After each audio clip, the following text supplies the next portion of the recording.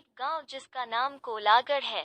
उसी गांव के पास वाले जंगल में एक व्यक्ति अपने काम से घर की तरफ वापस आ रहा था।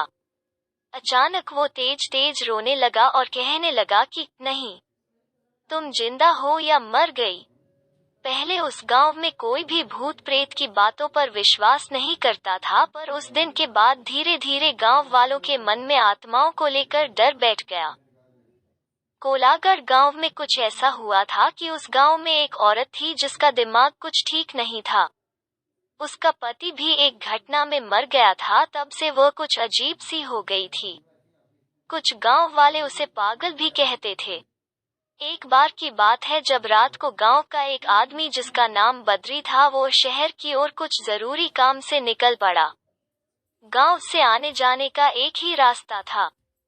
बद्री जंगल से गुजर रहा था कि गांव से कुछ दूर ही जंगल में उसे एक औरत की लाश पेड़ पर लटकती हुई नजर आई। वो एकदम डर गया और भागता हुआ गांव वापस आ गया। कुछ लोगों ने बद्री को इस तरह से भागते देख कहा, क्या हुआ बद्री, तुम तो अभी शहर के लिए निकले थे और तुम भागते हुए वापस क्यों आ गए? तब बद्री ने बताया कि उसने अभी किसी की लाश को पेड़ पर लटकते हुए देखा है और वो लाश किसी औरत की है। देखते देखते सारा गांव इकट्ठा हो गया कि क्या हो गया, कहाँ है लाश, चलो चलकर देखते हैं। गांव वालों ने जब लाश को जाकर देखा तो वास्तव में किसी औरत की लाश पेड़ से लटकी हुई थी।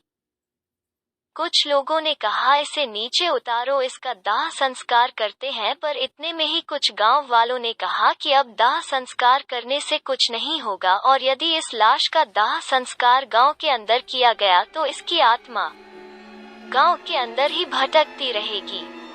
इस आपसी बहस के कारण गांव वालों ने उस औरत की लाश को पेड़ से लटकता हुआ ही छोड़ दिया और अब वो आत्मा बन गांव के हर किसी व्यक्ति को नजर आती है।